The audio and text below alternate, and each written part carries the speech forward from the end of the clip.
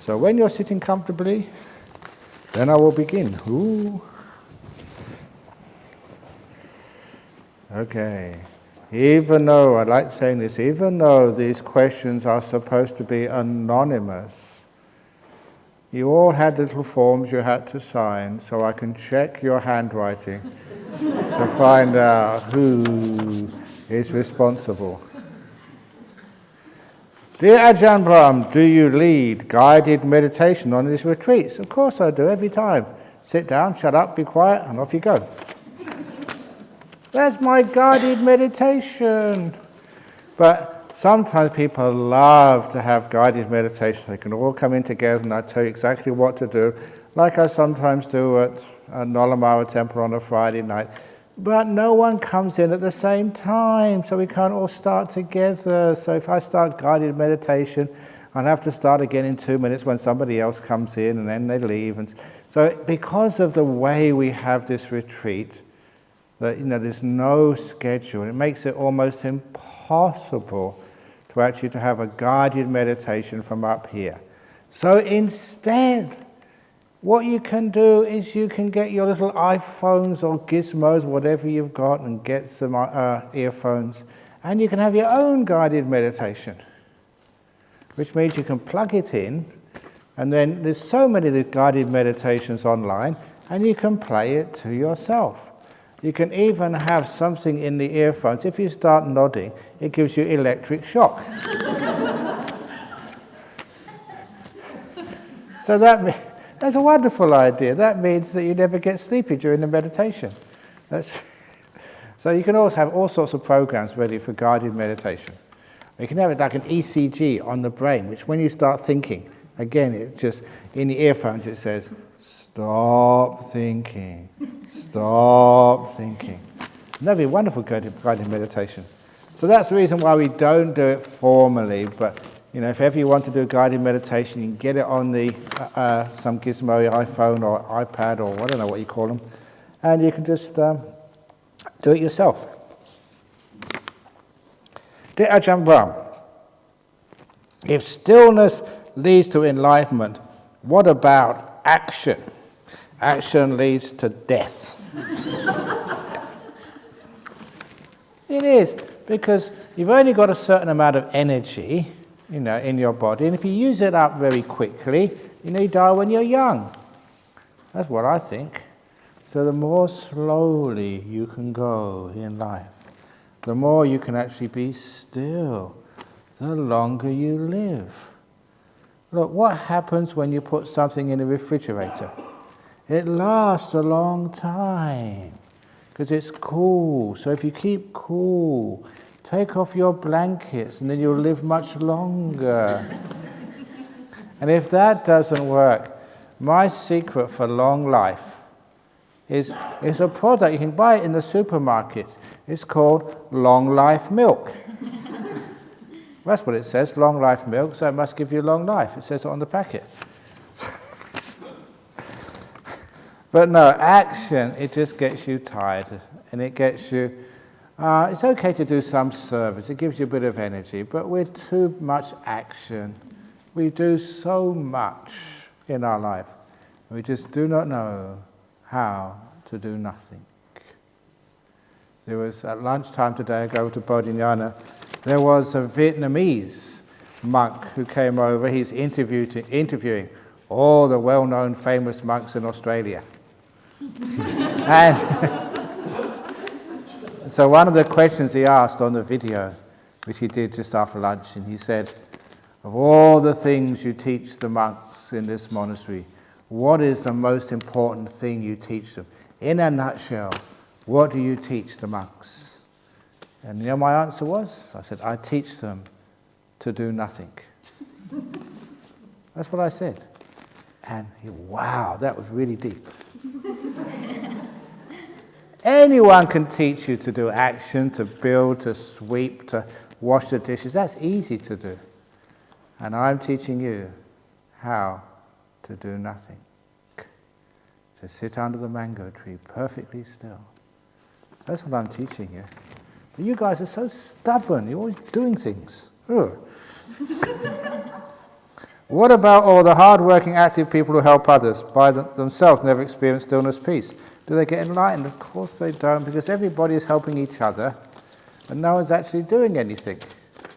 That's why, they have the idea in Mahayana Buddhism, to abandon all of your own personal things so other people can become enlightened.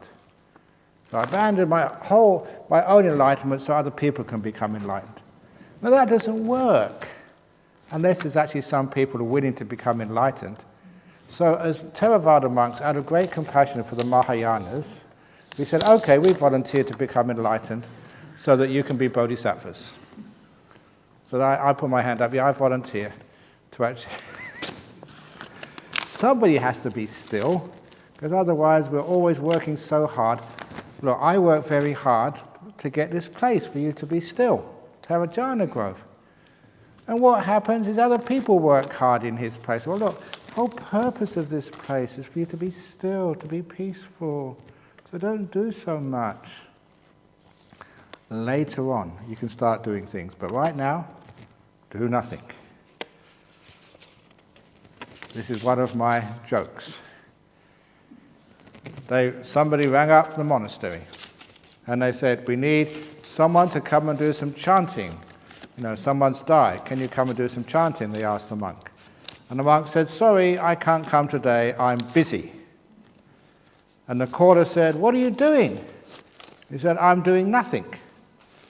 That's what we're supposed to do as monks, okay? I'm busy, I can't come. And the caller understood, fair enough, that's what monks are supposed to do. They're supposed to do nothing.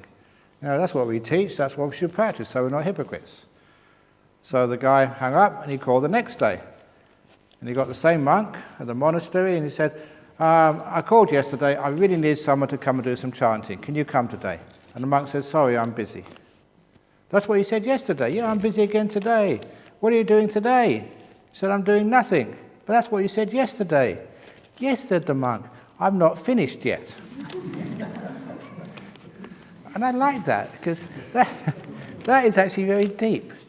So get nothing out of the way, first of all. Finish doing nothing. Get enlightened first, and then you can go around helping others.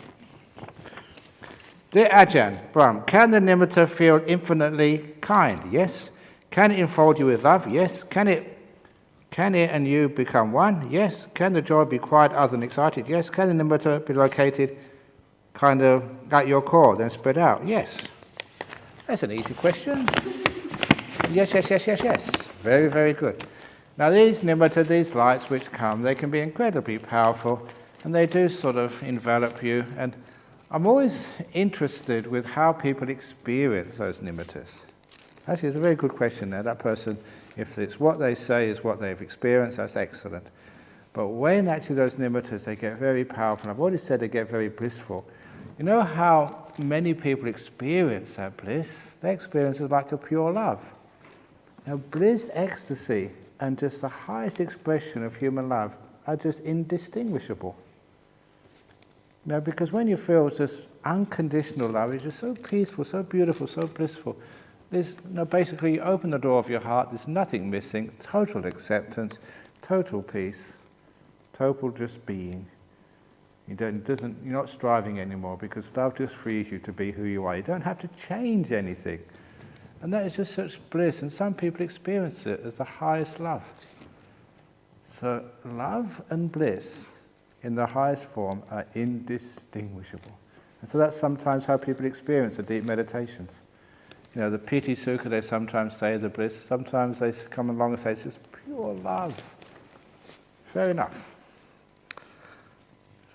Dear Ajahn, but those of you who haven't even been able to watch the breath yet, don't worry. There's always these smart asses in the retreat who get all these nimittas, and it's usually they're the people who've come the very, very first time. And you've been coming for years and years and got nothing. And saying, oh, geez, I might as well go home. Don't worry about that. You'll get it in the end. Some people say one needs to have good merit to have babies.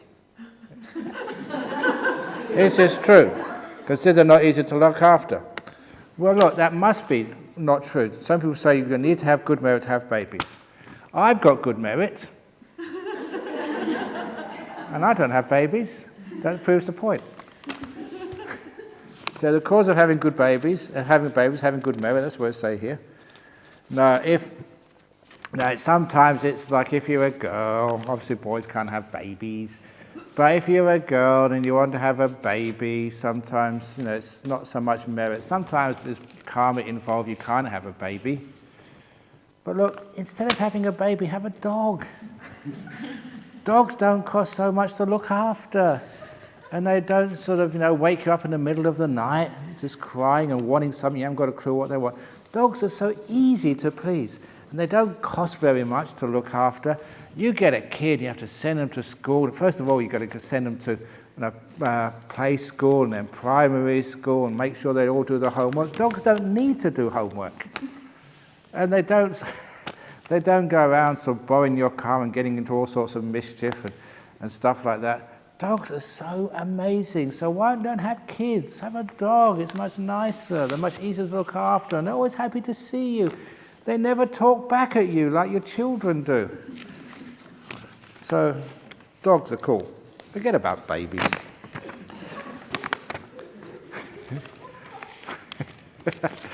I get into big trouble sometimes. The BSWA website says the Buddha can only show the way. You yourself have to strive for it. What is the saying in Pali, and what should be the correct translation? And they only say that, they show the path. You have to walk the path. It's usually the translation, not strive. You have to walk the path. It's like saying, this is what you should do. You have to be still. You have to let go. And I can't do that for you. I can't get you by the neck and say, let go, let go. How many times I've got to say to you, let go, be still. I can't sort of put you in a straitjacket, tie you down so you're still. Sometimes I think about that. So, you can't do it for them. You just show the way, you have to do it. That's what it means. And I'm not responsible for the BSWA website. I never look at it. You seem to try to convince us sneakily. I'm a very sneaky monk. Convince us sneakily to shave off our hair and be a monk or a nun.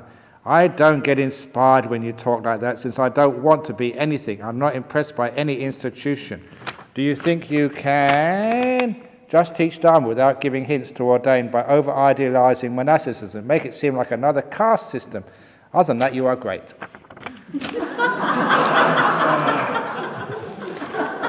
If you hadn't said that last, I'd have looked at the handwriting and blacklisted you. It's wonderful to leave the caste of lay people. Look, having hair is just a mess. How much does it cost to keep your hair looking nice and all these fashions? I used to get it very long when I was young. I had really long hair like Jimi Hendrix hairstyle. You know what happened? My mum said, get it cut. And I did, and she still wasn't happy. She said, that's not what I meant by having your hair cut. Shaving it all off. And it's so cool. Look, who's one of the coolest dudes? Bruce Willis.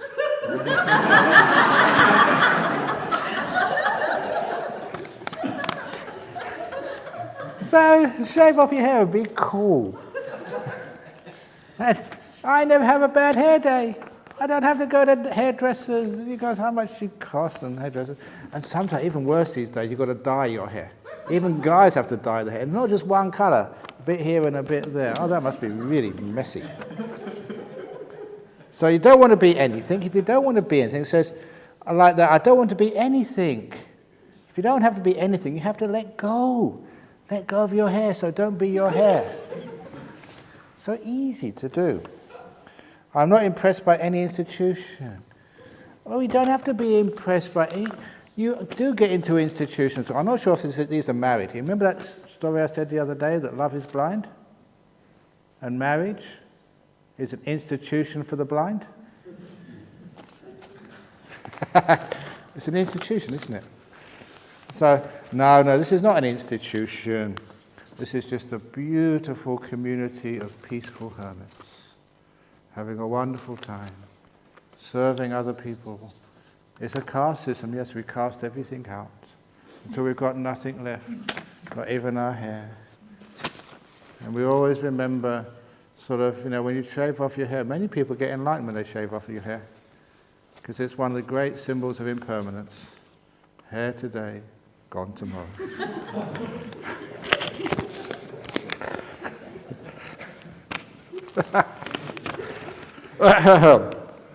Buddhism is wonderful, wise, compassionate, and a beautiful path, but I have just one problem with it. Is this the same guy?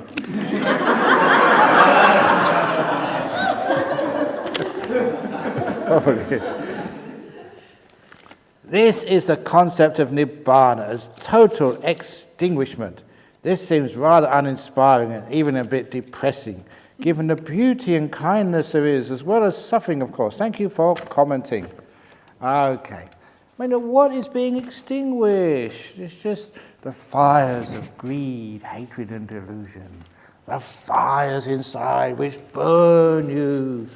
So those are things that are being extinguished. So instead of having fires and heat, you are so cool, so peaceful, so still.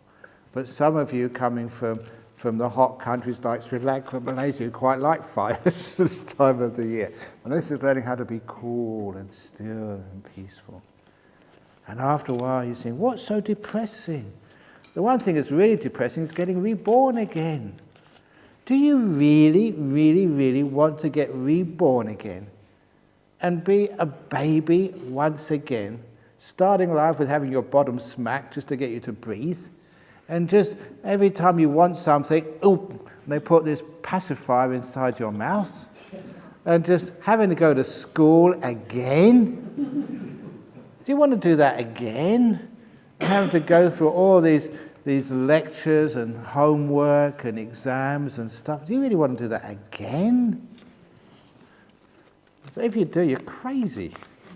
So that's why extinguish samsara. Gone forever. And I like the idea, sometimes because I was into physics and astronomy, of these meteors, which go round and around, these lumps of ice, round and round the solar system, thousands, millions of times, millions of orbits, for billions of years. And then, going round and round so many times, they actually meet the Earth's atmosphere. It's just such an unlikely event, but it does happen. And when it does, it burns. And you see it in these shooting stars at night. Incredibly beautiful to see. Beautiful bright light streaking through the sky. And then it stops. Its journey around samsara ended forever. Like the meteor around the solar system. That's like the enlightened being, going round and round, many births, and then finally they meet the Dhamma. They understand. And just like a meteor, it's beautiful enlightened being, giving shining radiance to the world, and then gone forever. Beautiful. As Ajahn said, he liked endings, not more things. The trouble with life, we get one thing out of the way, we've got to do another thing. Build a monastery, then you've got a big meditation center. You finish the meditation center, yes, at last. Now you've got to help building the nuns' monastery. I don't know what we're going to do next once the nuns' monastery is finished. Maybe a gay monastery? You've got to have equity for everybody. I don't know, what should we do next? Nothing. Yes, exactly. The next project is nothing. So that's actually, nothing means extinguishing, finishing, ending. This whole idea of stopping things, finishing, extinguishing, a fire going out, cooled at last. What had to be done has been done. That's peace. But if you don't get it, it doesn't matter, because again, I'm very sneaky. I will sneak you into ceasing. Dear Ajahn, last night you briefly mentioned appearance of a coming of a Buddha is cyclic, and so there'll never be a period in the universe without the teaching of a Buddha, and of course there will always be an Ajahn Brahm too. You mean you have to endure all these jokes forever and ever and ever? Now what it is, Buddha is cyclic, but I kind of like this, because When I was a physicist, I was really inspired by Fred Hoyle, who had this idea of a steady state. There's always a creation, of stuff in the universe. And I was reading Rupert Sheldrake. For many, many years, that steady state idea of not the evolution of the cosmos, of the universe, but there's always new stuff coming up. And I was very interested to see Rupert Sheldrake's book, which I was reading in my spare time.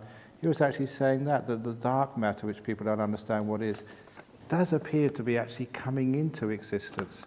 This whole idea of conservation of energy, which is just a theory, never been proved, and there's no reason why it should be there. He said that it's a rule, a law which has got no foundation at all. So you can have this stuff being created all the time. So there's a steady state. If you look on long periods of time, many big bangs, it's like a continuous universe rather than has a beginning and an end. The whole idea of having universe having a beginning and an end doesn't make sense to me. Because if there was a beginning, where was it before the beginning? Where was it before the end? And instead, the idea which you got into your head, the simile of an ant on a football. An ant on a football or a basketball goes round and round and round and round and round. There's no end to it. There's no edges on it. But it can go round forever. Round and round and round. To many people, that's samsara. Round and round and round and round. Did you ever see that movie Groundhog Day? Is that what you want to keep doing? Getting reborn again, again, again? That guy in Groundhog Day got sort of fed up after a while. And I just, again, here we go again. Going to school, falling in love, going to work. When's an end of this? So this is where the end is. But the cyclic part of it, there'll always be some Buddhas, but then the Buddha's teaching will disappear. And then it will rise up again. And then it will disappear again. So there are times when there'll be no teachings at all. And then it'll disappear for a while, then it'll come back again. That's a nature, cyclic nature of life. Ajahn Brahm, I also heard from other senior monks that monks' nuns will have monks' nuns sufferings. I enjoy simple life, silent meditations, 8 precepts, but I am bad in giving diplomatic answers, teaching, or counseling.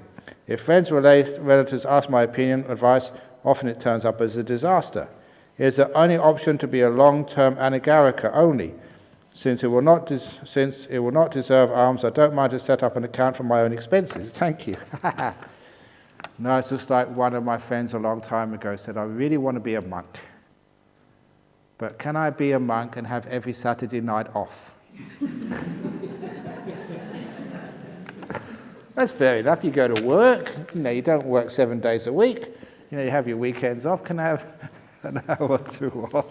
No, you're a monk. You're a monk. And you don't have to give advice to other people. The only reason people ask monks for advice, you know the main reason why? Because we're free. You cheapskates. You should go to a counsellor, go to some professional. But the monks, you can ask, you don't have to pay any cent at all. That's why monks are very, very popular counsellors, because we're cheap. That's one of the main reasons. We also give some good advice, but not all monks, not all nuns. And they have one of the great monks in the time of the Buddha, Anuruddha. He couldn't teach at all. So he never gave any great talks, and the Buddha said, no, he's a just good meditator. He doesn't have to teach. So not all monks, not all nuns will be teachers. They'll be great meditators. They can do all sorts of other things. So you don't. For example, there's this one monk in the time of the Buddha. I did mention him the other day. He's one of the monks like Ananda who rose up into the air, entered the fire elements, and just burnt himself. And he was this young novice. He got enlightened when he was only 7 years of age. And, interestingly, when he was having his hair cut off. So if you don't get enlightened or anything, for the 9 days of this retreat, come here and you have a good chance when I cut your hair off. I'm sneaky again. But it happened, he got enlightened at that time. And he didn't know what to do, but he got a nice little service in the monastery around Rajagaha, because it was a huge place. They had all these different places, like the Vulture's Peak, the Bamboo Grove, other little caves and rocks where the monks would stay. And he said, well, if they arrive late at night, I can actually assign their lodgings for them. So that's what he did for the Sangha. He would know where all the monks were and what places were free, and he would take them to their lodgings. But because he was totally enlightened, he could now make his finger glow at night, so he didn't need a flashlight. And this is actually what it says, and it makes a lot of sense, because in this story it says, and many monks deliberately arrived late at night so they could be taken to their places and watch this guy's finger glow. And they did it on purpose, because everyone likes to sort of watch psychic powers and stuff. And so he would actually do this. He became very famous for not needing a flashlight, just making his finger glow and they could see where they were going. That's really cool, isn't it? Unfortunately, we don't need that here because we've got all these stupid electric lights. So you can't ask the venerable sisters over there, can you please guide me to my kuti, because the sisters get... Okay. So we don't need that over here, so that's what happens. So that's the reason why he became... So he wasn't giving any talks, he wasn't sort of answering any questions. So don't think all monks and all nuns have to be counselors. They're not. And don't think because a monk is a counselor they're somehow much better than other monks. So you can't judge who is a really wise monk or nun in front of me. I'm just the front person, the talker. Who knows, many of those nuns may be far more enlightened than I am. Some of the monks, who knows what's going on in their minds. So you don't have to be a talker, a preacher, you don't have to be a counselor, just be a monk. So that means you can give your money all away, and you don't have to give any advice. Dear Ajahn, are all 4 levels of jhana needed in order to get enlightened, to stream winner or to an arahat? Certainly to become once a non-returner or an arahat, certainly you do need the jhanas. That is said clearly by the Buddha in Mahamalunkyaputta Sutta. Without the jhanas you can't get to be a non-returner or full enlightenment, nor in just the same way you can't get to the heartwood of a tree without going through the bark and sapwood. You do need the jhanas, it's part of the path. If the Buddha knew that you didn't need the jhanas, he would have given you a 7-fold path, not an 8-fold path. He had an 8-fold path because the last factor jhana was necessary. He was so kind and simple. You know, he pared it back to the minimum. If you didn't need it, he wouldn't have told you to do it. But it was needed, so that's why you have to have the jhanas to become enlightened. To be a stream winner, that is more controversial. But me, I put my hand up and say, I can't see how anyone can actually get the fruit of stream winning without the jhanas. I can't see it. And I'll give an example later on when I talk about insight. I've been meditating with earplugs to block out the noise and Ajahn Brahm's jokes. No, it doesn't say that. But it also means the sound of my breathing and heartbeat are amplified. Do you think this would interfere with the meditation process you have been teaching us? Thanks. No, it doesn't, because the earplugs, I've been encouraging people to get earplugs, because there's always some noise around when you live with other people. And many of you will probably, if you haven't seen already, the cave where I live, that's so quiet, it's so soundproof, that it spoils me. That when I go anywhere else, I'm too sensitive to noise. And I always wanted to meditate on the aircraft because I go traveling and it's just so noisy in those aircraft. The kids screaming, "Ah, ah, ah, ah," or some attendant coming up to you, "Would you like a drink, sir?" "Shut up, I'm meditating." And so somebody, not here, Venerable Sankapa, he told me you can get these incredible earplugs. They squeeze some sort of gel into your ear and let it set, silicone. Then they take it out again, it's molded. And then, you get these earplugs which fit perfectly into your ear and you don't feel a thing. And the first time I used that, I wanted to meditate on an aircraft, and so I put these things in. It worked so well, I fell asleep instead of meditating. I was tired of been traveling a long time. And then I sort of got up afterwards, I went into the toilet, and I thought, this aircraft is really quiet. What's going on? It's absolutely true. And then I realised I had the earplugs in. You didn't know they were in there. They were excellent. And there's always something you can focus on, but at least it takes a lot of the noise out. And when it's, the feeling, the heartbeat is a difficult one in meditation. If you start focusing on your heartbeat, you can't calm that down. If you calm that down and that stops, you're in big trouble. So what you can do, you can focus on your breath, which is moving. This is actually, I was going to talk about problems in meditation tomorrow, but this is one of them. If you do start focusing on your heartbeats, and it's so difficult to actually get peace then, so also focus on your breathing. And put your breath in the center and the heartbeat, to the right or the left a little bit. So your center is on the breath. Because it's a little technique, I'll go into more detail tomorrow, focusing. You can imagine your mind having a screen. We can fit many things onto that screen, but the most important is what is in the center of your screen, the main object. So the main object will be the breathing, and you can hear the heartbeat on the edge, but it's not in the center. If it becomes problem, then it comes into the center. So it's not a problem, you're focusing on the breath, and the heartbeat's on the edge there somewhere. And then after a while you find you focus in. It's just a natural phenomena. And it's like the feeling of the heartbeat just falls off the edge. I don't know where it goes or when it goes, but it disappeared. It's similarly focusing. I'll say more about that later on. But the breath is easy to deal with because you can calm it down. It gets very still and disappears. The heartbeat is a problem. Your emptiness. Please explain the mind. In jhana we see a reflection of the mind.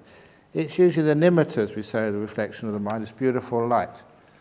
The mind has a doer and a knower. Yes. When we breathe in and out, the knower is watching, but we have no self. Please help me to understand. Thank you. Yeah, this doer is what you assume to be yourself, because you assume you're in control, that you decide what you do and what you don't do. And that is a big illusion. I'll again say more about that later on. We think I am the one who does things, that I am responsible, I am the hopeless meditator, or I am the good meditator. That's why I say Ajahn Brahm has to vanish before meditation happens. And then you don't do anything. There is a link between doing and being. And that's why this is, well, it's a bit of a joke, but this is an insight, which was, when I was at Cambridge, this was scrawled as graffiti on the walls of the philosophy department. The stone walls of the philosophy department had this scrawled on its outside by some smart student. To do is to be. That was Descartes, René Descartes, the French philosopher. To do is to be. And early last century, that was turned around by Jean-Paul Sartre. Not to do is to be is to do. The existentialist philosopher.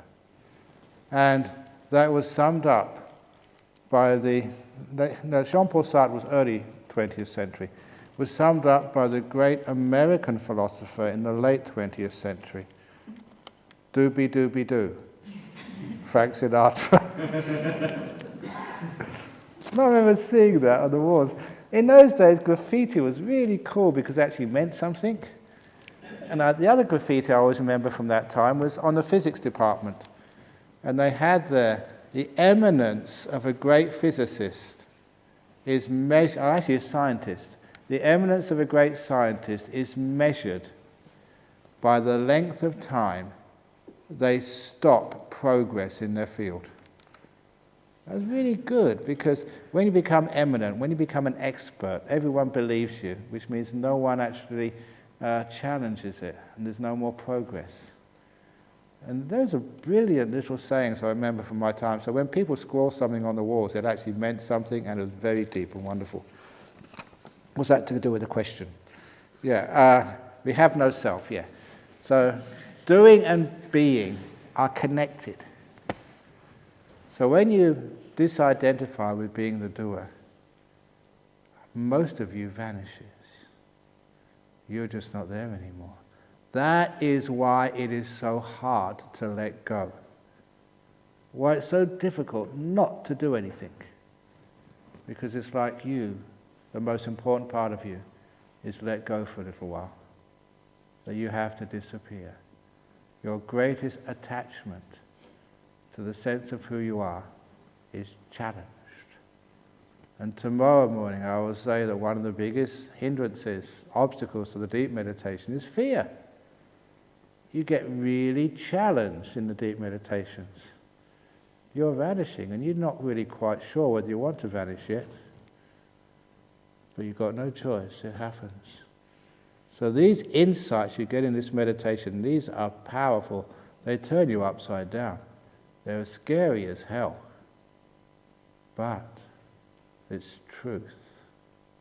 It's one of the amazing things, if you are committed to truth, you have to be courageous, willing to let everything go. Every view, every idea, every possession. Giving up your money is easy. Giving up who you think you are is tough. That's why few actually make it and become enlightened. We'd rather just keep our wrong view and not be challenged than turn our whole life upside down and see there's no one in here. Da, da, da. Okay, more tomorrow. Dear Ajahn, Lord Buddha's teachings were passed down generation after generation for how many centuries before it was documented? He had said subject universe is incomprehensible. How he not predicted the end of the world in another situation? Okay, passed down from generation to generation, but it was one of those oral traditions where there were so many monks were learning these suttas or these teachings, and they would practice them together. The chanting which we do here, you know where that came from? We didn't have services in Buddhism earlier. The chanting started as monks rehearsing the teachings. So they would all come together, they would research, they would chant a sutra to make sure that no one made mistakes, so everybody got it right. And it was done several generations before the first documented in the Alavihara in Sri Lanka. But if you want to know more about how authentic are those teachings, can we really say that these are truly the words of the Buddha? You just ask Ajahn Brahmali or Ajahn Sujata. They've been working on this authenticity project. These incredible arguments using the teachings, using the fact that the Chinese tradition and the Pali tradition are almost identical when it comes to the sutras, using other logical formula to show there's a sense of convergence, that what we have in the agamas of the Chinese Mahayana and the Sutta Pitaka of the Theravada, that is almost certain the word of the Buddha. And it's a very strong argument. So they're going to be publishing this online pretty soon. It's almost finished. It's called the Authenticity Project, to have a very watertight argument. And recently they sent it off, they're telling me, to Professor Richard Gombrich of Oxford University. And hopefully to get some comments. And he liked it so much, he said, I want to publish a whole lot of this. This is great stuff. So that's our two monks, two of my babies, Ajahn Brahmali and Ajahn Sujata. These are, people I've taught. He said, the subject universe is incomprehensible. How not predict the end of the world in another situation? There was a monk, and this was before the time of, I think, the previous Buddha. He developed the ability to levitate. He was like Olympic standard levitation. So one day he thought, where is the physical end of this world? So he decided to go and find out. So he levitated out of the atmosphere Now this is actually what it says, which shows that these time of the Buddha, they had a very good concept of at least the solar systems, and because he said he went so far to places where the sun and moon shine not, which is out of the solar system. Just to have the idea that, in the Christian ideas, that in those days, as soon as you went outside of, above the earth, you went to heaven. Just not that far. This guy went way beyond where the sun shines. And not surprisingly, he passed away on the journey, never finding where the end of the universe was. And when he got reborn, he got reborn as like a heavenly being, and then he still was really wondering, where on earth does this universe end? And so he went to this level of devas, the first level of devas, of gods, and said, now where does the world cease without remainder? And they said, we don't know, but there's another level of gods above us. So he went to the next level, and they referred him up the next level. You know what it's like working with the government? They always refer you on to something else. This is like the government of the universe. Until he finally went to the top god. We know Brahma. And Brahma said, I am God. I am the creator, the firstborn, the Lord of all that is, blah, blah, blah. And he said, that's not what I asked you. I asked you, where does the universe end? I am God, the firstborn, the creator, the knower of everything. Look, where does the universe end? He said, I am God, I am Brahma. That's not what I asked you. And the God took him aside and said, listen, monk, I don't know. But I don't want all these other people, they think I'm omniscient. I don't want them to lose their faith in me. And anyway, you're a stupid, young deva. Because if you want to ask that question, I don't know the answer, but there's a guy down on earth called the Buddha. He will know the answer. And so this monk, Rohitassa was his name, the first astronaut, way beyond, all these other people, Yuri Gagarin and stuff. And he asked the Buddha, and the Buddha gave this wonderful answer. Monk, the end of the world can be found in your own body and mind. That's a beautiful little saying. Stop looking out there. Look inside, and there you will find the end of the world. It's a great saying of the Buddha. So, you'll find the end of the world when you look inside. I love this retreat. Seriously though, I can't believe you got away with a question on nuns' equity. Can the ladies be treated equally too?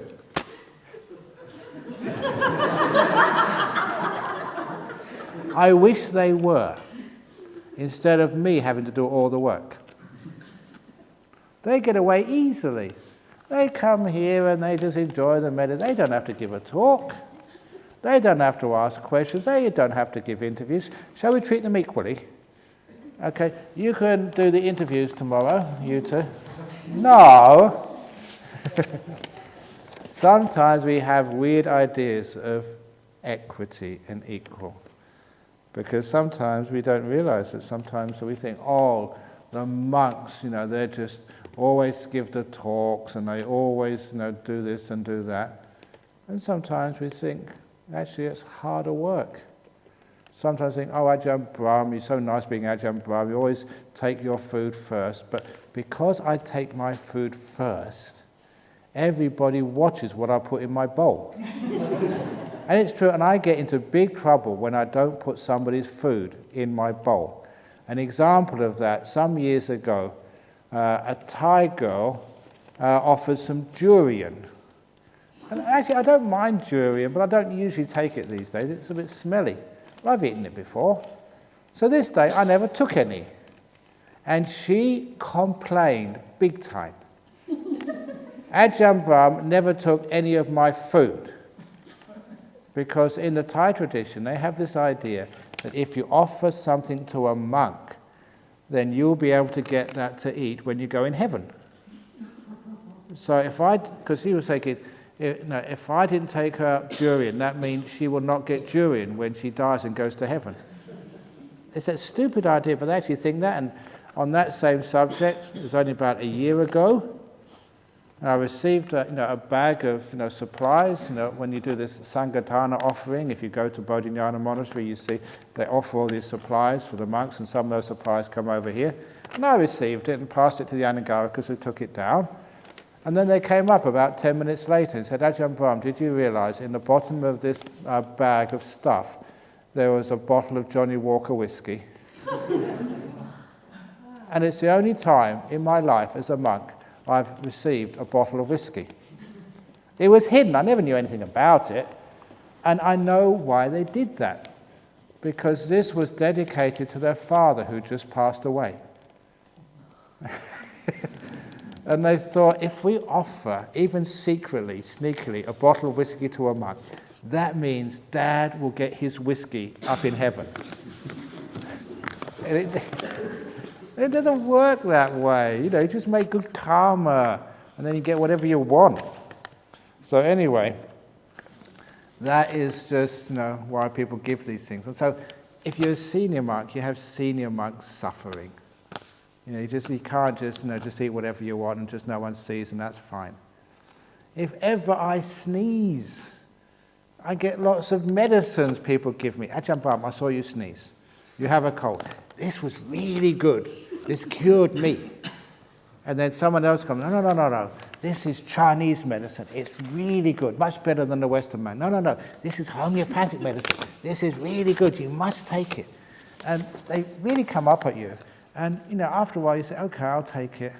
That's the only way they'll leave you alone. You get some peace when you promise you'll take it. And in the end, I got all this medicine which I promised to take. And I have to keep my promises.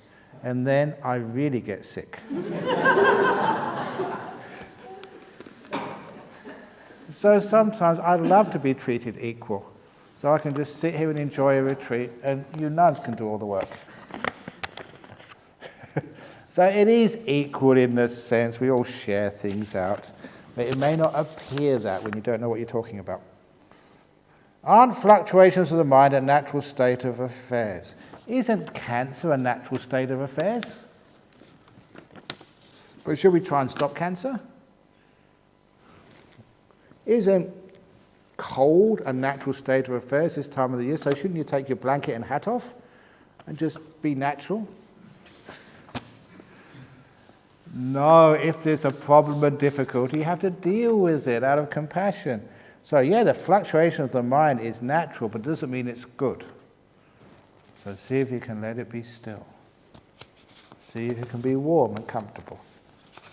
So just because it's natural does not mean it's good. Please explain about guarding all the senses. Thank you. It means you're mindful, and if you see any danger coming in, you stop it. Just like you have a guard outside Jhana Grove, so any scallywags can't come in. You can't have thieves or psychopaths. Running away from the prison up the road. There's some very mean people in there. People who've done nasty things. They may be walking on the way here with their axes and chainsaws. This is the first stop on their way. No, because so we have guards, the invisible guards over Jhana Grove, so you're perfectly safe. So you have guards in order to keep people safe. So you have guards on the senses, so you don't get angry, and you don't get lust, you don't get things which steal your happiness away. But I like telling the story, because there's a few Vipassana people here, about the lady who went to the temple one evening. And she was very, very wealthy. So she was one of these women who lived in a mansion. And, I should have told this story this morning. She lived in a mansion with lots of stuff, so she had a guard on the gate of her house. And as she left to go to the temple, she told her guard, "You must be mindful. There are many burglars around. Be mindful." So he said, "Yes, ma'am, I will be mindful." And so she went to the temple, listened to a nice talk on mindfulness, just like I gave you this morning. And when she went back, she found her house had been burgled. And she was very upset at her guard saying, I told you to be mindful. And the guard said, but madam, I was mindful. I saw the burglars going in, and I noted burglar going in, burglar going in, burglar going in.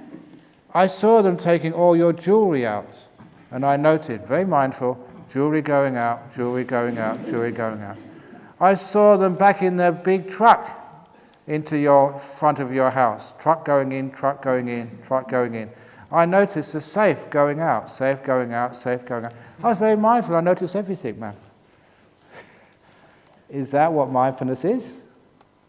It's not enough. Remember I said mindfulness carries instructions with it.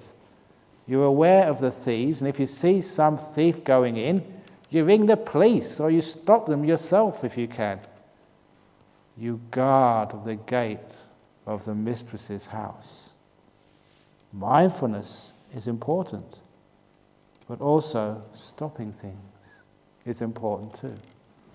So guarding the senses means you have that guard there who's very aware of what's going on and knows who to let in and who to let out.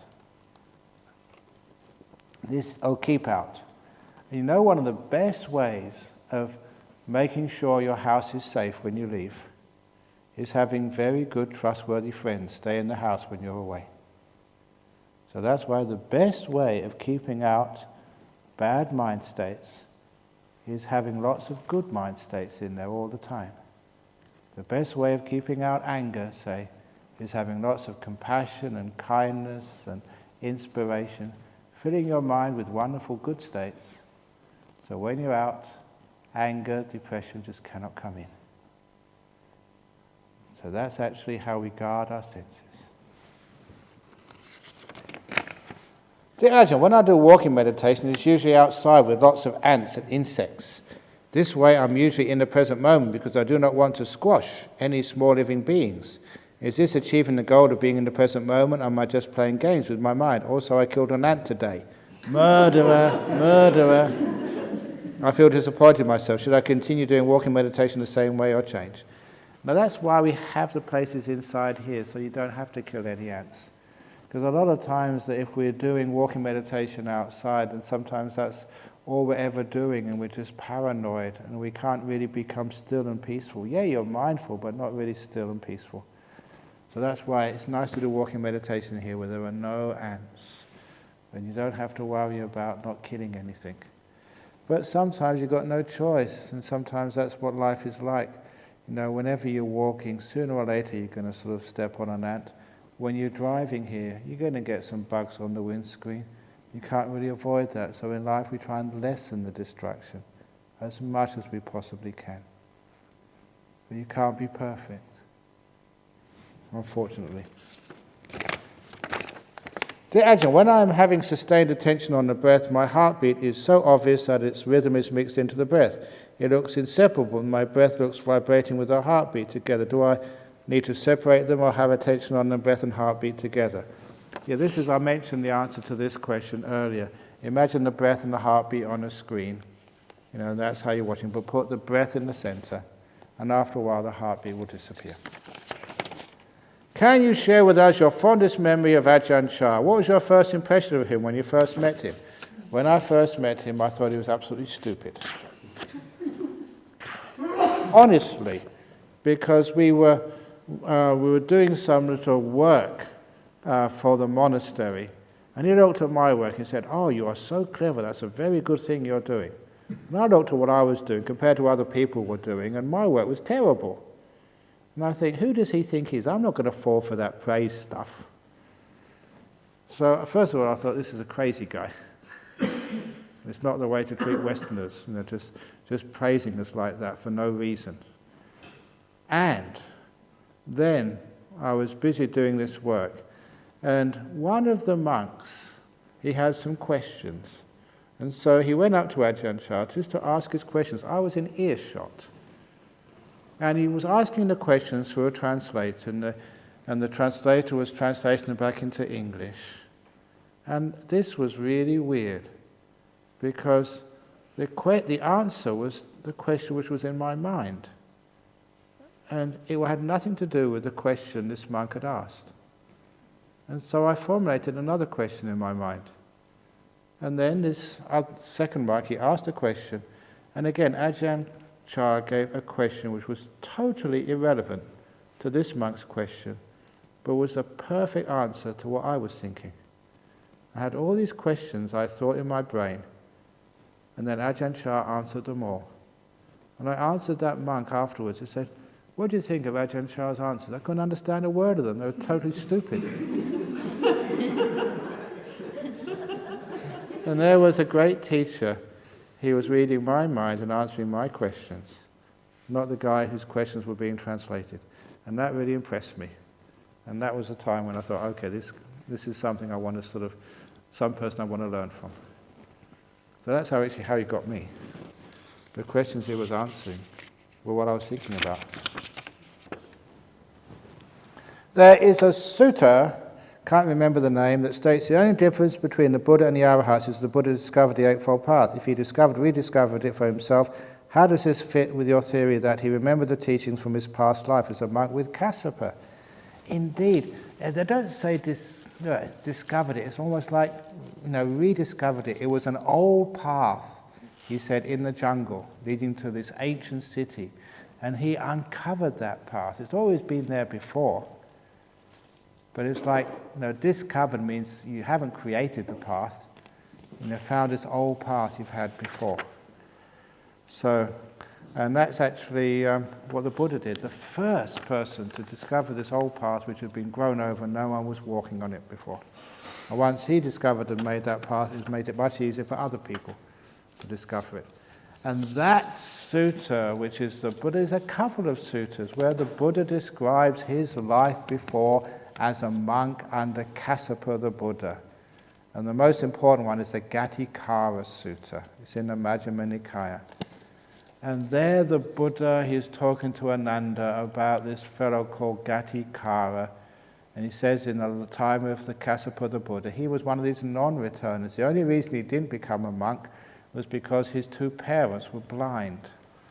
So, they had no other means of support than him. So he was a potter. He made his pots, and he would never even sell them. He put them on the shelf outside with the sign, anybody wants a pot, help yourself. If you want to leave some rice and some lentils for me and my parents, please leave it here. And that's actually how he made his living. Totally unworldly. And he had a friend called Jotipala, and Jotipala was one of these people who was just not interested in religion at all. And so every time Gatikara said, "Come and see this Buddha Kassapa, he's a really amazing fellow," Jotipala said, "No way. Basically, they're lazy, good-for-nothing parasites, shaven-headed, stupid people." Or something like that. But eventually, this Gatikara just, again, tricked Jotipala to go in to see the Buddha Kassapa. And as soon as he saw the Buddha Kassapa and listened to a teaching, Jotipala got so much faith and got so inspired that Jotipala did become a monk. And the Buddha said, "That was me in my last life." Jotipala. And that's amazing because there you have our Buddha Gautama in a previous life saying bad things about Kassapa because he didn't understand at the time. And if you also see in the the Devaputta Samyutta, Gatikara actually came down to see the Buddha because Gatikara was an anagami, and he sort of went to congratulate him under the Bodhi tree. Well done, you're a Buddha now. In our past life we lived in the same village together. We were best of friends. And there's a little poem in the Samyutta Nikaya. So there's so much evidence that this is actually true. Regarding what you said the other day of being a human being rather than a human doing, I was going to say, how do you do? But that doesn't seem like the right word. But how do you actually practice just being in daily life? Outside of meditation, you still need to do things, right? Yes. How can you fulfill your responsibilities by simply being? I don't get it. Okay. When it's time to stop, you don't plan anything. You're actually being here. And even when I'm doing something, I try to be here when I'm doing it. You know what they say in modern psychology? The process is important, the journey, not the goal. So it's how you are doing things, not where it's leading to. And if you make sure you're doing it well, you're actually being here, you're being kind, you're being gentle, you're being peaceful, then you are creating this beautiful future for yourself. So it's how you're doing things, not some sort of goal in the future somewhere. And that way you are actually being here. Instead of a lot of times, you're thinking where you want to be to tomorrow, and you're not really here at all. And so your going, is just missing out on life. Was it John Lennon? Remember what he said? He said, life is what happens when you're busy doing something else or planning something else. And a lot of times, for you, has life passed so fast? Where's it all gone? It's because you've been doing things all the time. You haven't been here. So you haven't got that much time left, some of you. So you better be here while there's still time to be here. You're going. Gone. Dear Ajahn, after listening to your recent Dhamma talk, I used peace and let go words during breath meditation. It helped me a lot to be in the present moment. Thank you. I hope instead of breath in, peace, breath out, let go. This is okay. Of course it is. Excellent. It worked. Another satisfied customer. Suggestion. At the end of each day, let us share the merits accumulated for the day as follows. May all the merits we accumulated today be shared with all beings, seen or unseen, in and around Jhana Grove. May you all rejoice in them. May you be well and happy. It's a nice thing to do, but it's supposed to do it personally, because if we do it as a group, it doesn't have the same meaning. You're just repeating it because other people are doing it. This is a very, very well-known Buddhist practice. We don't just think of ourselves, we think of other beings. We share the merits with them. In other words, we give them our good karma. We certainly will do that at the end of the retreat, so let's wait until we've got even more merits before we can share them. Sometimes we're only starting building up our bank account of merits. When it's really a lot by the end of the week, then we can pay our bills. Dear Ajahn, healthy body, exercise, healthy mind, keep still. Ajahn Chah, could you explain insight of this? Can you explain insight of this? Could the mind look after the body with kindness, compassion, etc.? Don't know, but that's what Ajahn Chah used to say. If you want to have a strong body, exercise it. If you want to have a strong mind, keep it still. Great staying.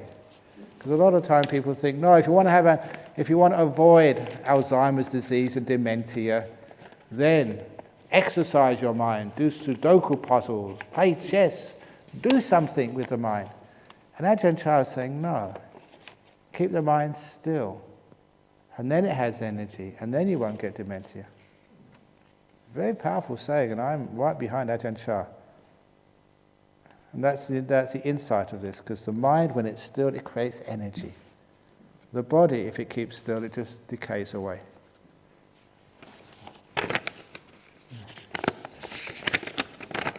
Long questions.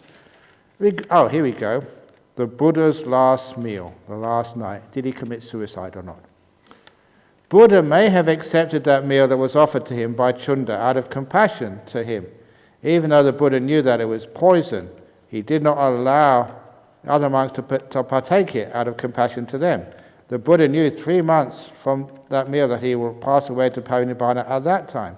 So would you say the Buddha knew what he was doing and that he passed away in complete stillness, sammasamadhi? But that's the other point. In 3 months before the Chapala shrine, he deliberately gave up his life faculty. Giving up your life faculty is a mental suicide. You can't get out of the explanation. The Buddha decided to die. Made the clear decision, the conscious decision to end his own life. So, he asked Venerable Ananda. I know he didn't ask Venerable Ananda. He made a suggestion, but Ananda never saw it. He made a mistake. Well, it was not really Ananda's mistake. So if somebody wanted to carry on his life, he should just do it. But the Buddha actually said he renounced his life faculty, which means you let go of life. Is that suicide? I like that. It just stirs people up. It's not important at all. But, just sometimes people actually think that suicide is very, very wrong. That's a very Christian thing. And it would be because in Christianity that life is sacred, given by God, so it's not yours to decide how long you should live and how long you should not live. That's why, unless, if you're a soldier, then you can kill somebody. Or you can execute them. It's amazing just how many people say, yes, you can execute people, but you can't have abortions. That's the same state in the United States. It's okay to kill people, as long as they're bad guys. There's something sort of ethically sort of wrong there. Ajahn Brahm, from a book I read, it states that the Buddha and consciousness, a book I read, it says the Buddha said consciousness leaves the body 3 days after death. Is this true? The Buddha never said that. If so, where is it to be found in the teachings? It's not in the original teachings of the Buddha. I think where this came from is, I think it was a Sangha. It was one of the commentators, one of the founders of the Mahayana tradition. Now he, I think, said that. But that was about 1,000 years after the time of the Buddha.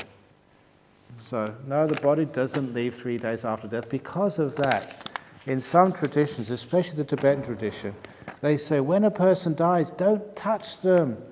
Their consciousness is still attached to the body. You'll disturb the process of dying. And that causes a lot of problems for people because in that tradition, someone's dead, and they say, no, can we cremate them? Can we even wash them? No, leave them alone. And that causes a lot of problems. And that's not original Buddhist teachings. Original Buddhist teachings, once the body's dead, it's dead. So you can cremate it, you can put it in the yellow recycling bin, which is my personal choice. You can do whatever you want with it. And especially you can harvest the organs. And it's so easy. Theravada monks, even Mahayana monks are okay. The Tibetan monks, they don't want their organs harvested because of that sort of saying, which they confuse as coming from the Buddha. It came from a monk 1,000 years later. So you can give your organs. I'm an organ donor. Any of my organs you can have. But I want one of your organs. I'm still looking for a nose transplant. I suffer hay fever. And I was looking for a nose, because hay fever, any of you got hay fever? It's terrible, isn't it? So now I'm looking for, they have hearts and livers and eyes. Surely no one needs a nose, so I can get one of their noses and have a nose transplant and they won't have hay fever anymore. And I also thought that, we try and be colorblind. In Buddhism, we don't care what race or what color you are. So to show that, I thought I would get an Aboriginal nose, a flat black one in the middle. But sometimes say, no, wouldn't it be better because there's so many like Malaysian, Singapore, Chinese people coming. Have a Chinese nose in the middle of my Kwai Lo face. Yes, right. You know what Kwai Lo is. It's not a very nice word for a white man in Cantonese. But wouldn't it be nice, to have a Caucasian with an African nose? A great fashion statement, and a statement of racial integration. I don't know why other people haven't done that yet. Because people have all these transplants. Why does it have to be of your racial colour? You can have a Sri Lankan ear on one side and a African one on the other side. It'd be great what you could actually do with a bit of sort of... Anyway, I'll leave that one alone. Are monks and nuns allowed to wear deodorant? On a related note, I read in a Buddhist book that body odour is caused by jealousy. Is that true? On another related note, I noticed on this retreat I seem to have less body odour than usual. And the reason is why monks and nuns do not need to wear deodorant, because when you keep precepts, when you have high morality, the Buddha says you are fragrant. So this is the monks and nuns' fragrance, wafting throughout here. And if that doesn't work, light some incense. No, we don't usually. Now, if you really got a very bad smell, then fair enough, wear some deodorant, because it's not supposed to be cosmetic. It's out of compassion for the other people who have to smell you. But, a lot of times that's, no. And if you actually live a very peaceful lifestyle, then you don't really smell that much. Because, you're not so active, so you don't secrete so much stuff from your body. So because you have less body odor, it's because you're keeping good precepts. Dear Ajahn, the lay person who was in jhana and got taken to the hospital, which jhana would he be in? Surely a formless jhana, a rupa jhana. Is it possible to know which one of those? It's, from what he said, it's probably like a fourth jhana, from what he said. But, it was too, I didn't really talk enough to him. But it was a great, and he just fluked it, the only time he's done it. And did he do it again? I don't think so, but I haven't seen him for a while. But it's an amazing little story. There's even another guy, he's dead now, but he was in the British Army, and he told me this story, and he had always suffered from migraines. Don Ricotta, that was actually one story. He was in the, I can tell now because, he's dead.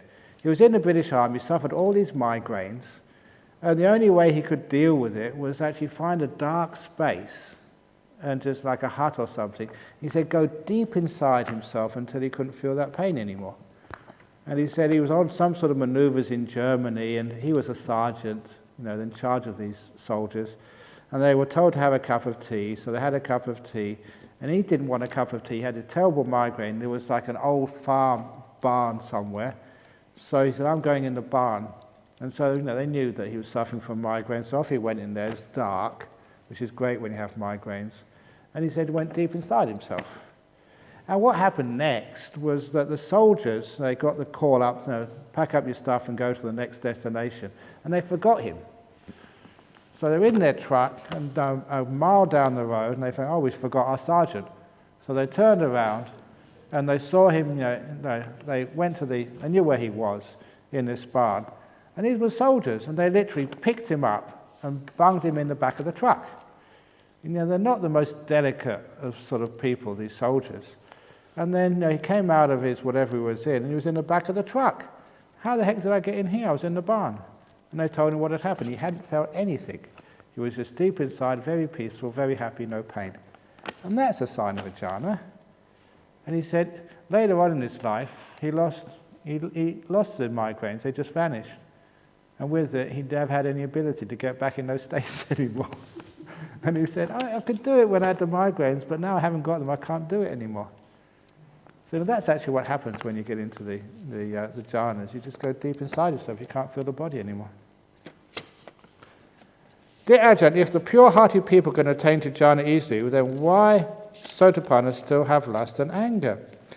It is because they don't have much lust and anger. If there's a sotapanna, they're usually pretty sort of moral and very trustworthy. They don't get very angry or have lots of lust. But what usually will happen is, they're pure-hearted most of the time, but even the pure-hearted people, sometimes you have your bad days when you get upset or angry. And so, that's the reason why most of the time they're pure-hearted. Those times they can get into jhana easily, but when they have a bad day, then they sometimes have lust and anger. So this is why sotapanna, it's not sort of secure, it's not sort of stable. I observe that even the giant trees of jhana grove die. What more may this tiny fragile body? Ajahn, I am old and tired and my mind is noisy. What should I do? You better get into jhana quickly. The time is running out. You're about to die. But look, there's a lot of advantages when you're old because, when you're old, most people don't get lust when they're old. And it's a waste of time getting angry. You've been there, done that. So you don't have much energy, when you're old. But you have a mellowness in you, which means, you don't think so fast. You're not so concerned and attached with all this worldly stuff. But the one thing, if anybody is old, please don't worry about your children. Now, that's one of the biggest problems for old people. They're not worried about money anymore, or houses, or politics, or football, or whatever. But it's their children they're worried about, and that's their biggest attachment. So please let go of your kids. You've done your job. You're old and tired. Your mind is noisy. What is it noisy with? So, when you've got no sort of attachments, nothing to worry about, it becomes calm by itself. So, there is advantages being young. There's also advantages being old as well. Why is it easier to train oneself to be kinder or more compassionate person than to still the mind? Because you don't really know what compassion is. You think you're being compassionate. I always like telling that story of the compassionate Boy Scout who saw this old lady, on this busy road, And out of compassion, he helped her cross the road. The trouble was, she didn't want to go. So much compassion is like that. You know, oh, I'll help you. Ajahn Brahm, this is really good food for you. Take this. And you think you're being compassionate to me. You're not. You're giving me a hard time. Ajahn Brahm, you're too fat. Out of compassion to you, we're going to lock you in a room and put you on a fast. That's not compassion for me. But you think it so much of the time we get into big trouble in the world. You notice the Western people, they went to all around the world out of compassion to develop those places. You know what we did? A lot of harm. And we really thought we were being compassionate by teaching them Christianity, teaching them development, teaching them to have roads and cars and shopping malls and TVs so they can watch these stupid soap operas all the time. Out of great compassion, we've ruined many countries and societies. And people really thought they were doing a kind thing. That's the problem. Kindness often is without wisdom. So we think we're being compassionate, but there's no wisdom behind it. So that's why the forced compassion is difficult. But the real compassion is as hard as stilling the mind. Although having a kind heart supports the stilling of the mind, it is not an automatic process, so the mind still needs to be trained. Indeed, but compassion needs to be trained as well. Too many people think they're compassionate and they're not. When I visited the cave where the first council was held, if not mistaken it's called the Satapani cave, yes, I was surprised how small it was. Yes, indeed. How could such a small cave be filled with 500 arahats? Can you comment, please? If ever you've been to, say, Japan, you can see how many people could be squashed into one of those railway cars. So that would probably happen in the Satapani cave. They had a few monks with white gloves pushing them in and pushing them in and pushing them in until the 500 arahats could actually... I'm only being cynical again. I've been there as well. It's impossible to get 500 people in there, even if you squash them up like sardines. So we don't really know whether that was a Satapani cave or not. That's why some of these people, if you go on these tours, you know, of India, some of these people who go on these tours, the guides, haven't got a clue what they're talking about. You know, but nevertheless, they get paid and they're Indians, so it helps the local economy, so just give them the money, but don't believe a word they say. Because sometimes I haven't got a clue what they're on about. It's a nice place to go. There should be a distinction between an arahat relinquishing his or her life in the last birth and a person committing suicide. I thought all arahats decide in the last birth to end the existence and go through parinibbana to attain nibbana, except in rare circumstances like the person who was gored to death by a bull as he attained enlightenment. Both Sariputta and Moggallana sought permission from the Buddha and wanted to end their life and attain nibbana. If this is suicide, are we all striving to commit suicide someday? Yeah. No, it's in one sense, yeah. Now the thing is, if you kill your body, you get reborn again mostly. So this is mental suicide, ending the stream of consciousness. But it's not really suicide, because an enlightened being realizes there's nothing there anyway. It's not killing or annihilating. It is the end of a long, drawn-out process. Nothing was there in the beginning. Nothing is there now. So it just goes back to nothing.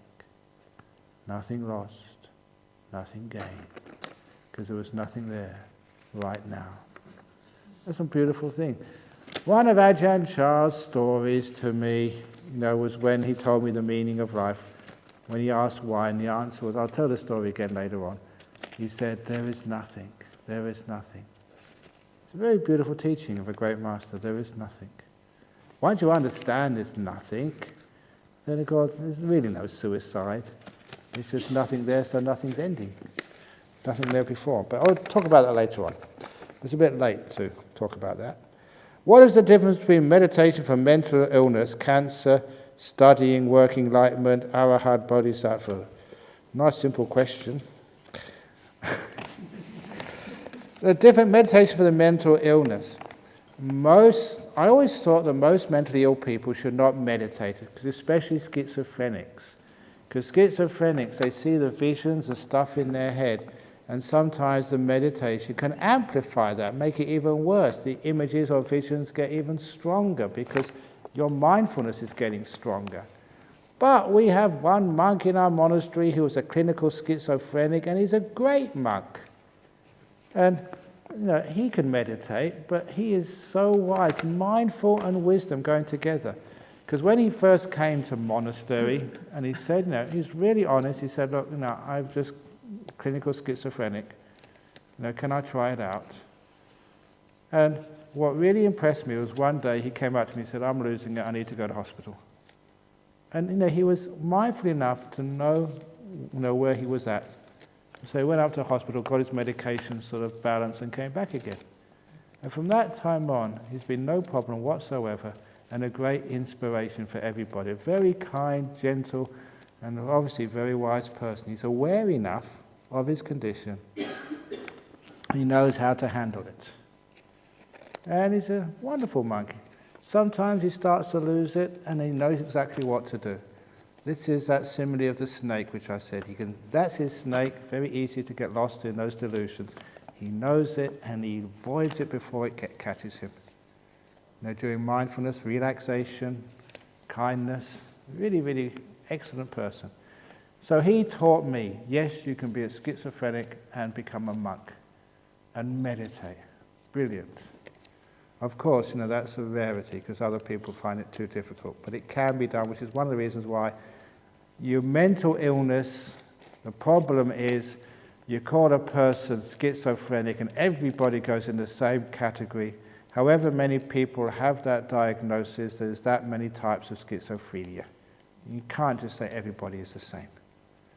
That's why everybody should be treated as a completely unique individual. And number two, with something like mental illness, you stigmatize that person and said, you are bipolar. There is no such thing as a person who is bipolar. There's a person who exhibits bipolar behavior, but they're not bipolar. If you want to know the difference there, it's a classic story, two kids in the supermarket with their mothers at the checkout. And the first kid, he grabs hold of the honey and it drops on the floor and smashes on the floor. At the same time, in the next checkout parallel aisle, another kid picks up the milk carton and that falls on the floor and smashes. And the mother of the kid who dropped the honey said, "You stupid boy." And the mother of the kid who dropped the milk said, "That was a stupid thing you did." And there's a world of difference between the two of them. The first kid thinks he's stupid. The second kid, it was a stupid thing to do. But he's not stupid. He did a stupid act. He's not tarred with that label of being stupid for the rest of his life. And this is what we do with, say, someone with a mental illness. You are mentally ill. No. You've done something which exhibits mentally ill behavior. And there's a huge difference there. And when I said that story some years ago, and similar stories, at the Singapore Institute of Mental Health, where I gave a keynote speech at some anniversary, the head of the schizophrenia department took me aside so I could bless his ward. He said he was a Christian, but he didn't care. I gave a good talk. He respected me. And when I asked him on the way, "How do you treat schizophrenia in Singapore?" That's when he said this amazing response. He said, "I do not treat schizophrenia in my unit. Just as you said, Ajahn Brahm, I treat the other part of the patient, the part which is not schizophrenic." And I had to ask him, what's the results? Far, far better than any conventional treatment. And you can understand why that works. You call someone a schizophrenic, and you treat them like a schizophrenic, they become a schizophrenic. You focus on the other part of their behavior, the other part of behavior gets stronger, squashing out the schizophrenia. So that's with meditation and wisdom. It's amazing how you can use that with mental illness. There's no such thing as a person who's mentally ill. There's people who have times of mental illness. That's all. And just a simple thing like that just changes the whole equation. Cancer, studying, working, enlightenment, arahat, bodhisattva, yeah. It's meditation, it's all the same. Making peace, being kind, being gentle, being wise. Dear Ajahn, if stillness is correct, then is it right stillness on the Eightfold Path? Yes. The last one, samma samadhi, not right concentration, it's right stillness. If so, what is wrong stillness? Wrong stillness is no stillness. What is like wrong speech? It doesn't mean being silent. It means like, speech which is, bad for you. What is like wrong livelihood? It means, just bad livelihood. So wrong stillness is when you're moving all over the place. Can understand wrong concentration, but doesn't see how wrong stillness is possible. Wrong stillness, it just means no stillness. You're moving around. Although they have this idea in some traditions, which is totally ridiculous, of like momentary samadhi. They call it momentary concentration. Now, if you call it stillness, momentary stillness, if you're still, it's not for one moment. If it's for one moment, it's not still. So it means a long period of time. That's why one of the reasons why when you translate this properly as stillness instead of concentration, it makes much more sense. And that is a far more accurate rendering of the Pali. And as I said, in the Chinese version, it's always stillness. I feel like traditional Buddhists cop a hard time. What's wrong with traditional Buddhism? As someone raised in the West, I can see a lot of beauty in the qualities of faith and devotion. Traditional Buddhists are usually very soft and cuddly, like Teddy, more so than rational scientific types. I am probably the most traditional Buddhist you will see, because I follow the traditions. Much of what we take to be traditional Buddhism is stuff which was added on afterwards, not from the time of the Buddha. So, all of the Buddha statues, that came a long time after the Buddha. There were no Buddha statues in the time of the Buddha. If there was any representation of the Buddha, it was as an empty seat or a Bodhi tree with nobody sitting under it, or a footprint, but without the foot or the sandal. That was traditionally in the ancient carvings how they depicted a Buddha. Not by a statue, not by relics, not by all this other stuff which we represent a Buddha by these days.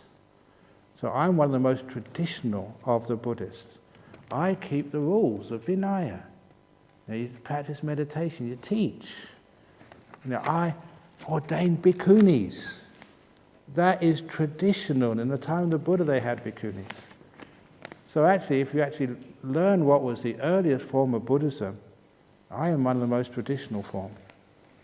That's why, that sometimes people, Ajahn Brahm, you are just rebelling, you are just stirring things up. No, I'm just going back to the earliest tradition of even jhanas. That was the earliest tradition of Buddhism. So, I'm the most conservative of Buddhism, of Buddhists. People think you're radical. No, I'm just trying to get back to how the Buddha taught. Okay, here we go again about nuns. I'm in trouble again. Beyond the omitting nun joke yesterday, could you please elaborate on what looks like gender inequality in the Buddhist tradition, not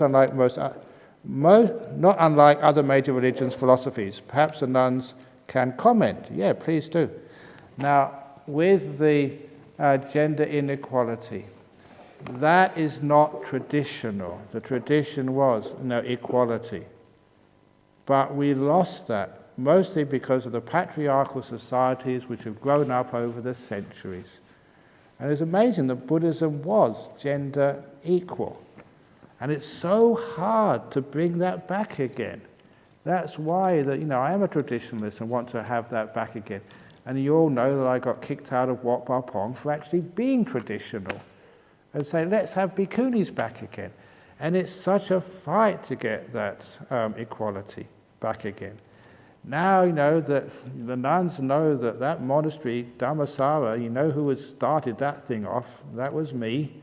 You know, as soon as we had Bodhinyana monastery, you know, what should we do next? Let's get a monastery for nuns. And that took a long time actually to start off with, you know, because they had faith in me, let's start a fund for a nuns monastery. That's how it started. And getting funds for nuns, you know, is really difficult. You know, that you had to raise a lot of money, but we raised the money for the monastery, for the land. I was there with Ajahn when that land was auctioned. I remember you were there as well, Rodney, at that day, at that auction, and you know what happened there. Before the auction happened, we got there earlier, and Ajahn and I, we really did some hard chanting to try and get that place. A bit unfair, you know, just using divine intervention. But it worked, we got that place, we couldn't afford it. You know, but we bid it anyway. That was good old Eddie Fernando. Totally rebellious, did not follow the instructions. You know, he bid way more than he was instructed to do. But, you know, good on him, we found the money eventually. Then we got to get some nuns. So we got Ajahn Wayama, and she sacrificed herself, did it really tough, and got cerebral problems, you know, but she's reasonably okay now. But it was so tough getting it going. And now just getting a place where they can actually have a hall and enough accommodation. And who's done all that fundraising? Ajahn Brahm, I even sold myself. It's absolutely true. Because people are doing all these auctions to raise money for the nuns' monastery. So what else can we auction? They auction my cushion, they auction my robe. So I thought, well, there's only one thing left to auction, me. So we had Ajahn Brahm for sale to the highest bidder for 1 week. And so, you know, I've been auctioned off. They raised a lot of money. It was about $250,000 for that. And so the guy who won me is taking me to Bhutan in February. And said, I can do 7 days, whatever you want me to do, within reason. But the only thing is, you have to return me in the same condition in which you got me. And so it was a bit of fun, but you know, you're doing everything you possibly can to get that place going. And it's still a fight. And even now, if I wasn't behind this, it's you people. It's so easy for you to give a donation to monks' monastery. But when it comes to nuns' monastery, it's so hard to get donations. Why? Don't blame me. I'm blaming you people. Because, you know, think, nuns, it's not like Ajahn Brahm. You know, Ajahn Brahm teaches Dhamma and he does a lot of hard work. Let's support him. He may be enlightened. But these nuns, they're just women. You're the people who think like that. Not me. So a lot of time, inequity is not coming from the monks. It is coming from the lay supporters.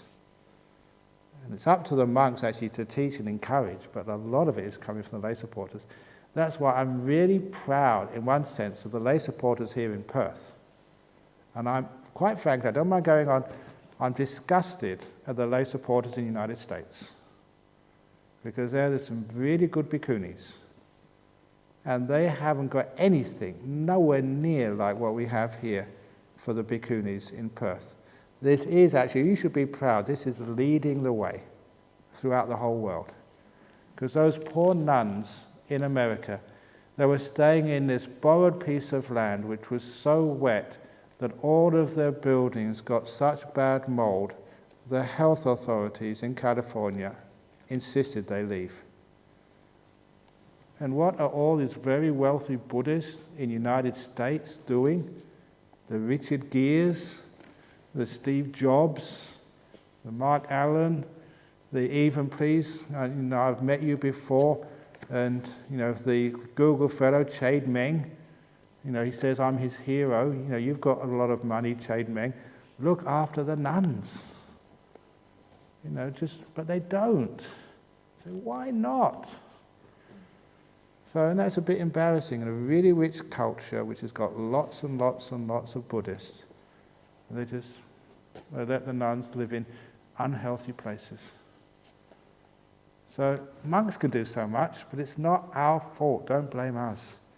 There's lots of monks who are just, a bit sort of not getting on the bandwagon, not so supporting the nuns. And it's not good enough to say, oh, the nuns okay, but I know I'm not doing. No, you have to do something to support the equity. This is a historic time in Buddhism, especially Theravada Buddhism. For hundreds of years, we haven't had equity. We lost it. It was there in the original. Traditional Buddhism, we are reintroducing.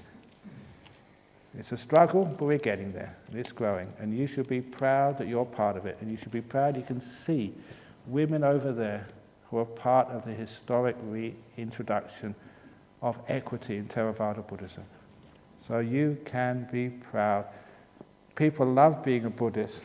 But a lot of people told me years ago, they love Buddhism, they love all the teachings, but the thing which really gets to them, where are the nuns? So many other religions have been discriminatory. Please, not Buddhism too. So, you see a problem, you fix it. And that's what we're doing, we're fixing it. We aren't there yet, but we're much more advanced in Perth than probably any other place in the world. Even in Sri Lanka. Now, how many people give funds to the monks in Sri Lanka? How many people give their funds to the women in Sri Lanka? Those bhikkhunis there. They're just surviving, but only just. But many Sri Lankans will go and give alms and give donations to these big temples, but they neglect the bhikkhunis in Sri Lanka. I'm talking about the lay Buddhists. I'm doing my best. I go on TV over there and teach, but it's not right. You should look after the sanghas of both, and then we can have equity. And you all know, as Theravada Buddhists from Sri Lanka, that is supposed to be, the heartland of Buddhism, or Theravada Buddhism anyway. So you have a moral duty there to really get that Bhikkhuni Sangha going, to look after them, to make sure they've got enough funds, places to practice. So it's not just offering them alms, food, it's offering them places to stay. So hopefully that gets out there. But I'm passionate about these things, but it's obvious and it's just rotten. Anyway, we've also got P.S. Teddy bear's anatomy seems neither male nor female to me. So why not call her a thee? You've already gender discrimination. Why not call her a thee? Where's it gone anyway? Who's got teddy bear today? Oh, there's back. Very good. Okay. Very good. So yeah, if you haven't taken teddy bear up to your hut to serve, to do some teddy bear meditation, please do so. I don't know if it's something's inside here. What's this? We've got a rock here. Okay. Dear Ajahn Brahm, I was walking on the gravel path outside the meditation hall, minding my own business, when this rock caught my eye. It's amazing what one can find when we're not looking for anything. Thanks for showing us how to see. Just a beautiful piece of rock. Just an ordinary rock. Just a piece of gravel. But if you have mindfulness to see a world in a grain of sand, this is much more than a grain of sand. It's a beautiful rock with so many colours. A lot of times this is actually stuff which they use to pour concrete. And for many people it's just a rock, but you look at it more beautiful. Wow. It's even got a bit of gold in it. True. In the rocks here there is gold. Not enough to mine and make money, but enough to give a little bit of glitter on a piece of rock on the path. You can have a look at it, there is gold in there. You can just see on the outside. Sparkling. Is that what you wanted to say about the gold? Yeah. There's a gold mine just south of here, the same sort of terrain. Not really enough here to mine. So you're sitting on gold. Yeah. But actually it's much more powerful than that. Here we go. This is the last little thing. Much more powerful than that. Sometimes people ask me, why have we got all this incredible Buddhist activity in Perth? We haven't got the same in Adelaide, many of Adelaide and Sydney, or in Melbourne or in Queensland. Why not? Why have we got this great monastery with 24 monks, Bodhinyana, this beautiful meditation center here, and a nuns monastery flourishing up in Gijiganap? And the reason is tectonic plates. Because if any of you are geologists, you would know the theory of tectonic plates, that hundreds of years ago, thousands of years ago, maybe 1 million years ago, where Western Australia is now, that was nestled in to India. Down below here, on the sandy soil, that was under the sea.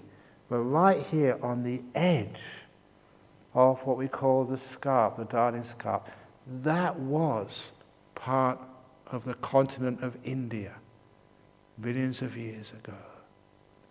And millions of years ago, in the times of Buddhas like Kassapa, they would have just walked over this land. Not Adelaide and Sydney, that's too far away. But Perth, yes. So you are probably sitting on land over which previous Buddhas walked and sat. That is why this is special. And you may laugh, but actually that tectonic place is absolutely true. This was nestled in India. There was no gap between that great Indian Ocean, was not there before. It was actually together. We drifted apart. For thousands of years we've drifted apart. But now we're together again. Yes? Could it be possible that there was a land in between that just went underwater? Atlantis? No. No, there wasn't anything land in between. Apparently, not according to the theory anyway. Because I think the rock here and the rock in that part of the eastern part of India is the same. So geologically, this formation here and that formation there is the same, which is another piece of evidence. That's why they realized that these two places actually drifted apart with the movement of the tectonic plates. So that is why Gijiganap, where the nuns are, you're right on the edge of the scarp, we're right on the edge of the scarp, as close as you can be to India. Ajahn, the Dari fault lines on the 2J road, which is on the way to the monastery. Yeah, so you're even closer there. We haven't got equity after all. You've got a better location than we have. That's unfair.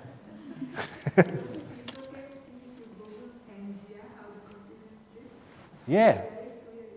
And it was true, isn't it? You see, from a holy nun confirms what you should already know, why the power is in Perth. Not in Korea, I'm afraid. Korea was a long way away. So you've come to the right place. There are quite a few people from Korea. Okay, so I've gone on long enough. Please excuse me for taking up so much time, especially with the nuns issue, because I'm quite passionate about it. I'm trying my best. We haven't reached there yet, but we are making progress, and you have to help. Very good. So, sadhu, sadhu.